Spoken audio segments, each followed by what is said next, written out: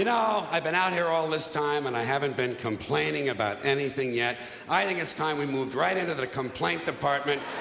You know, because, listen, this is just a series of things that are pissing me off, all right?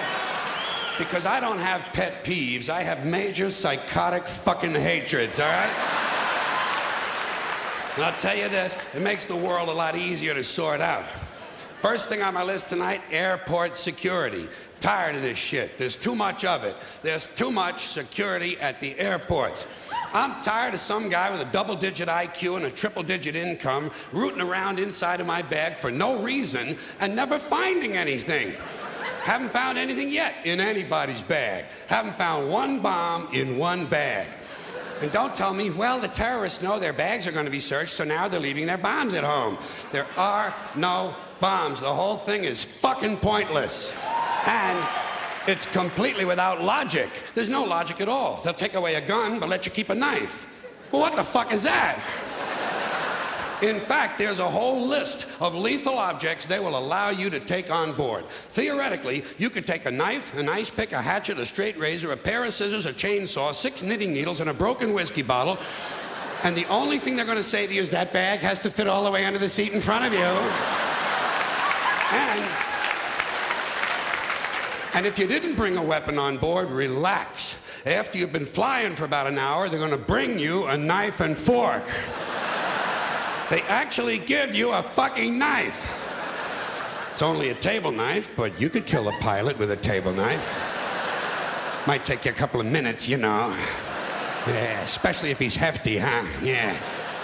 But you could get the job done if you really wanted to kill the prick. Shit, there's a lot of things you could use to kill a guy with. You could probably beat a guy to death with the Sunday New York Times, couldn't you? Or suppose you just had really big hands. Couldn't you strangle a flight attendant? Shit, you could probably strangle 2 of them, one with each hand.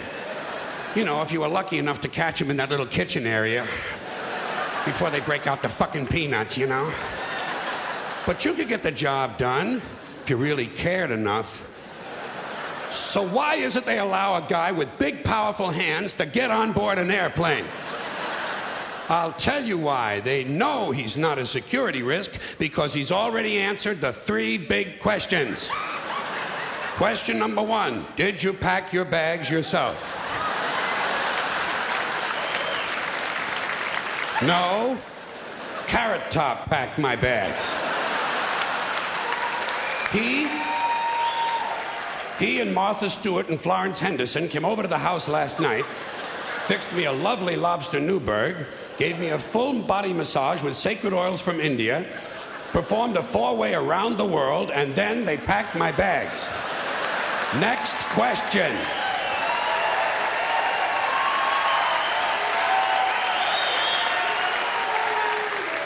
Have your bags been in your possession the whole time? No. Usually the night before I travel, just as the moon is rising, I place my suitcases out on the street corner and leave them there unattended for several hours. Just for good luck. Next question. Has any unknown person asked you to take anything on board? Well, what exactly is an unknown person? Surely everyone is known to someone. In fact, just this morning, Kareem and Youssef Ali Ben Gaba seemed to know each other quite well. They kept joking about which one of my suitcases was the heaviest. And that's another thing they don't like at the airport, jokes. You know? Yeah, you can't joke about a bomb. Well, why is it just jokes? What about a riddle? How about a limerick? How about a bomb anecdote? You know, no punchline, just a really cute story. Or suppose you intended the remark, not as a joke, but as an ironic musing. Are they prepared to make that distinction? Why, I think not. And besides, who's to say what's funny? Airport security is a stupid idea, it's a waste of money, and it's only there for one reason, to make white people feel safe. That's all. The illusion.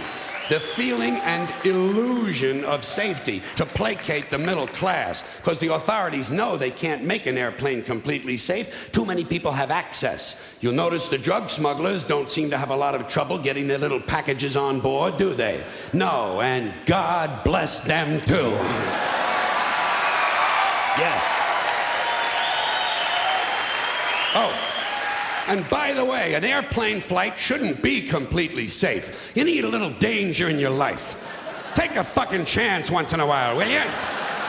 What are you gonna do? Play with your prick for another 30 years? What are you gonna read People magazine and eat at Wendy's till the end of time? Take a fucking chance. Besides, even if they made all of the airplanes completely safe, the terrorists would simply start bombing other places that are crowded. Porn shops, crack houses, titty bars, and gangbangs. You know, entertainment venues. The odds of you being killed by a terrorist are practically zero. So I say relax and enjoy the show. You have to be a realist. You have to be realistic about terrorism. Certain groups of people, certain groups, Muslim fundamentalists, Christian fundamentalists, Jewish fundamentalists, and just plain guys from Montana are going to continue to make life in this country very interesting for a long, long time. That's the reality. Angry men in combat fatigues talking to God on a two-way radio and muttering incoherent slogans about freedom are eventually going to provide us with a great deal of entertainment. Especially after your stupid fucking economy collapses all around you and the terrorists come out of the woodwork. You'll have anthrax in the water supply and sarin gas in your air conditioners. There'll be chemical and biological suitcase bombs in every city. And I say, enjoy it. Relax. Enjoy the show. Take a fucking chance. Put a little fun in your life. To me, terrorism is exciting. It's exciting. I think the very idea that you can set off a bomb in a marketplace and kill several hundred people is exciting and stimulating, and I see it as a form of entertainment. Entertainment, that's all it is. Yeah. But I also know that most Americans are soft and frightened and unimaginative, and they don't realize there's such a thing as dangerous fun. And they certainly don't recognize a good show when they see one. I have always been willing to put myself at great personal risk for the sake of entertainment. And I've always been willing to put you at great personal risk for the same reason. As far as I'm concerned, all of this airport security, all the searches, the screenings, the cameras, the questions, it's just one more way of reducing your liberty and reminding you that they can fuck with you anytime they want, as long as you put up with it. As long as you put up with it. Which means, of course, anytime they want. Because that's what Americans do now. They're always willing to trade away a little of their freedom in exchange for the feeling, the illusion of security.